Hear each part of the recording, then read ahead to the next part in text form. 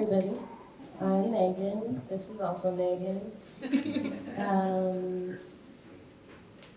Okay. Oh, this is really cool. I haven't been to a Creative Mornings before, and I'm already a huge fan. I was almost crying listening to the music. I was like, this was not what I expected for my Friday morning. But yeah, Megan and I are going to talk about how our stories are very parallel to each other, aside from the fact that we have the same name. We met in 2019, and we had no idea how much our lives were already paralleling each other and how much they would continue to, especially with books and literature, with writing. Stories are so formative, the stories that you're told when you're a kid, the stories that you're exposed to, whether it's books or shows. They tell you who you can be, they validate your experiences that you're having, they make you feel connected to something, which is why representation is really important. And when that representation is missing, you miss that point of connection. And so Megan and I both really experienced that. For me, with queer stories, and with Megan, stories about Japanese people connecting to her own history.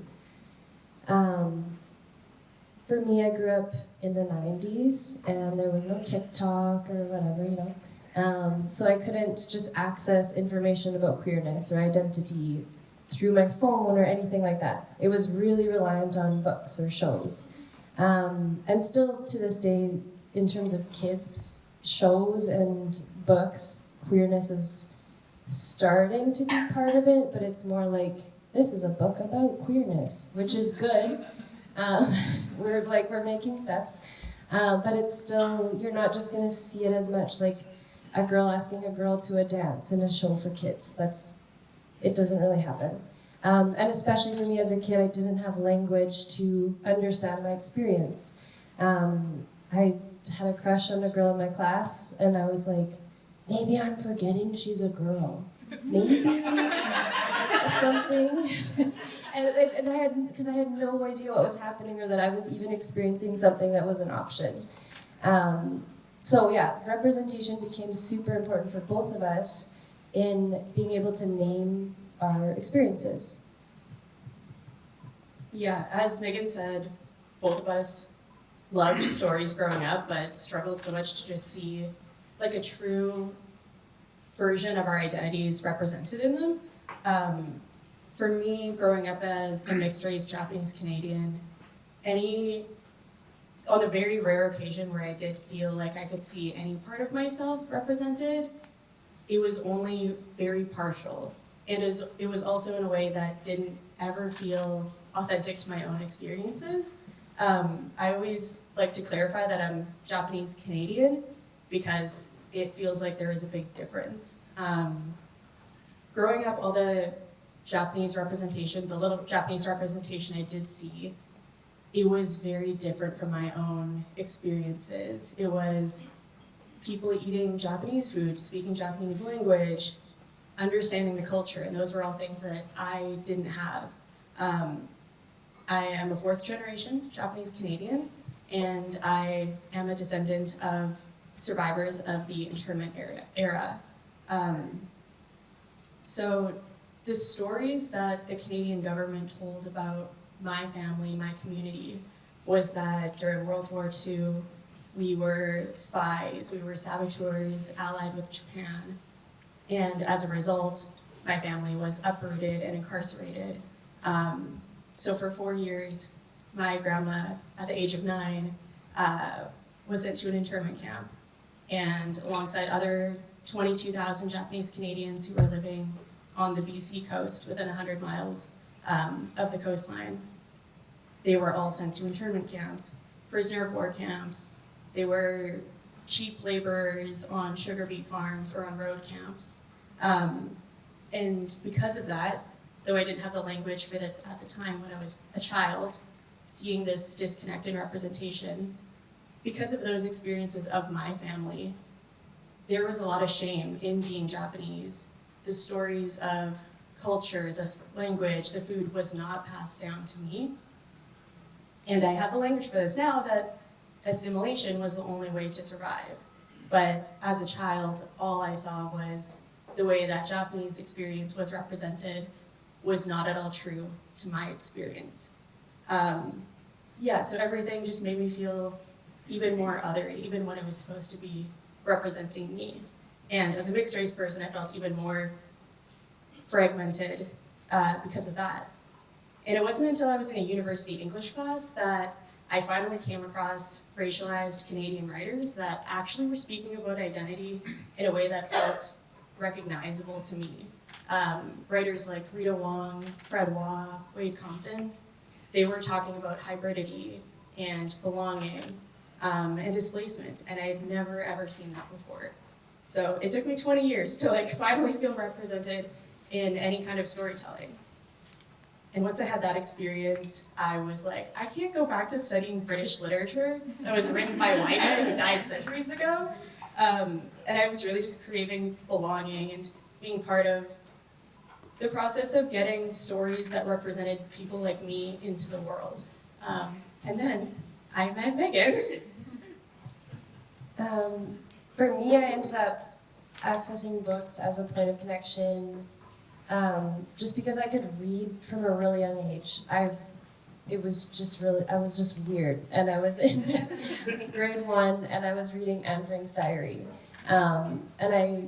because of that skill that I just was born with, books became my thing that I could access. They were free, they were at the library, I could do it in solitude.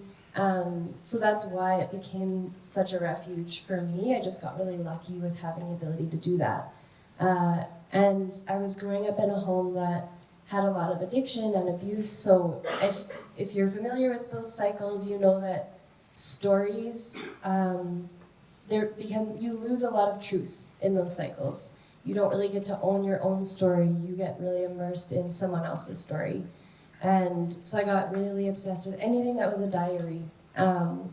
Those Royal Canadian diaries, the Princess diaries, Angus thongs and full frontal snogging. I hope one person knows.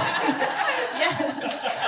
There's anything that was just somebody speaking so honestly was such a relief for me, because I had so much anxiety and stress from not being able to be truthful in my home. It just became super, books were so helpful to me, and I couldn't find queer characters, but I could find characters that were weird or didn't fit, and that was kind of my experience. Tamora Pierce's Protector of the Small, even Hermione, these characters that were they had a different kind of strength, and they were a little weird. Those really, they helped me a lot. And then I saw my first queer character when I was watching Buffy the Vampire Slayer. This is great. You all know what I'm talking about. And I already really connected with Willow. If you know the other characters I've listed, then it's a similar vibe. They're kind of weird, very gentle character that's weirdly really powerful. And in season 3 or 4, she got a girlfriend. And I was like, oh my god. You can have a girlfriend. And she'd had a boyfriend in other seasons, so I saw a bisexual character for the first time. And I just felt like, oh my gosh, okay, I had language for the first time for my experience. And that, again, Meghan was talking about, it's so powerful. It's powerful to see it and to know that what your story is true, and to be able to own that. Yeah, so like Meghan said, the power of getting to see yourself, getting the language that you never had. For me, I only got that language through writing. I realized that I wasn't likely going to see the stories that I felt represented in. I was going to have to create them myself. So I started writing a lot, and it was partially to get those stories into the world, or to try to start that journey, but mostly it was just to understand myself better and to process what my family's history was and what they had gone through. I was just writing to understand myself, and to have that on the page felt like giving myself permission to exist. It felt real if I could write it down. So I was writing through the silences of stories that my family never told me. I was just writing to a creative space of belonging. And the more I wrote, the more questions I had, and the more I realized that there was still so much that was left unsaid, and so many places I still didn't have. My turning point moment was after my first daughter was born. I went to an art show by Gabrielle Funk. I don't know if anyone's familiar with her work, but yeah. And she created a series of self-portraits that had animals and different like nature mixed in with them to show the experience of preserving your sense of identity as a woman in this society we live in. And that for me was the moment that I realized I had really lost my own story, my own sense of self in the roles that I was playing as a mother, as a wife. Like when I was a kid, I was shouldering a lot that I shouldn't have been, but I was not talking about it. I was playing along with the story you're supposed to tell, and so I found my way back to myself through writing. I sat down to write that week for the first time in years, and I ended up writing my birth story, which I hadn't remembered until when I sat down to write it that day. And then I ended up sharing it a few months later. A friend really encouraged me to let her put it on her blog, and I was flooded with responses of people being like, that happened to me too, or super validated by the experience. And that was this moment for me where things turned. I realized that I needed to start like finding my voice again and sharing it. And Willow was born from that. I ended up creating an anthology with Gabrielle Funk. I went to her and I was like, can we make a book of this art? And to keep full control of it, because I wanted to control it and not send it to a traditional publisher, I had to make a publisher name to get an ISBN. So I came up with Willow Press, Willow being inspired from Willow from Buffy. Oh, I'm supposed to keep talking about Willow. Oh, yes. Yeah, and I started sharing on my Instagram, like my personal Instagram, more honestly about my experience with being a mom. And I just started to tell the truth more. And slowly but surely, that worked in with Willow. I made digital anthologies, and I shared stories of queerness and motherhood through that. I made a kid's book and reimagined Robin Hood. But Marion was the main character. She's queer. She stomped her feet and got angry, which I had never seen maybe any girl character do ever as a kid. Willow became a place where I could give language to things that I hadn't seen or hadn't been allowed to say. Do you want me to keep talking? So sorry. And then... Okay. And then I made a bookstore. I, at that point, wanted to make a career out of what I was doing. I wanted to do it every day. And the most viable way for me to do that, in my mind, was by making a bookstore. Instead of a press or just writing, I thought, I'm going to make this like a business. And then I also wanted to create a space for books so that reading wasn't this like, I go and I do this in solitude. It was a place for other people to connect with people reading similar books to them. On a way to take up space. I created a bookstore a few years ago. And it was amazing to have, we threw like a 90s event, and there was Buffy drag, and there was so many people there that were like, when I was a kid, I watched Buffy, and I felt seen by this character. And like, we were all having that experience just by ourselves, watching YTV at 10 p.m. So it became this really, it became a space of visibility, safety, belonging, and connection for all these stories that everyone kind of felt alone in, and then they were all together. And for context, I managed Willow for the 3 years that it existed as a bookstore, which was amazing. And it was so powerful to get that experience that I had wanted when I had left university, where I got to play a role in getting diverse books into the hands of people who needed them, to get representation into the lives of those who needed them. And it totally just changed my life to get to have that experience and play that role.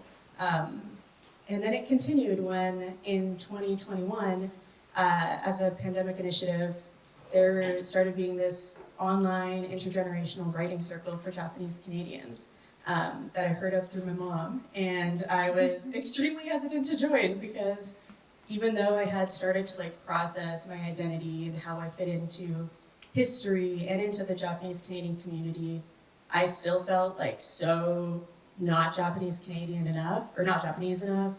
And I was terrified because I was like, if I don't belong here, then I don't know where I belong. But I summoned all my courage and I joined anyway.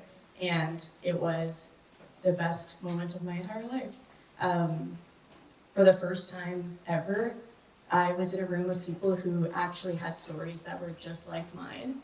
I'm gonna cry. I met people who grew up in the same internment camp as my grandma, and who lived in the same communities as my grandfather before the war. And I never knew that community was possible for me, or could exist like that.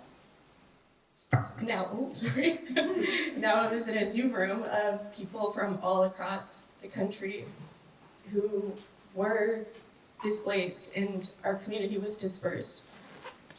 And now we were coming together through storytelling, and we were getting to share these things that, thank you. Thank you. We were getting to share these stories that our community didn't for many years, out of shame and silence. And it was so, so powerful, clearly, to have that moment, to have that space. And I started realizing that all those things that growing up I thought made me so different and isolated from the Japanese community, it was such a universal experience for all of us. Because of the trauma of the war, so many people didn't grow up with culture, with Japanese food, with Japanese language. I wasn't alone in that. It was actually what made me feel like I belonged. It was the thing that we all had in common. It was the glue that kept us together. And for somebody who grew up just wanting to belong and to be the same as people, it was all I could have ever wanted.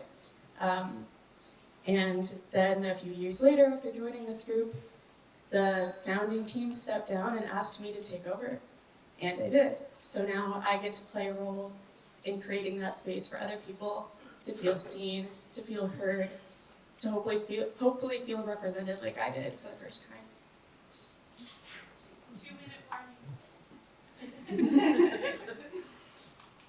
warning. I just want to take a second for me.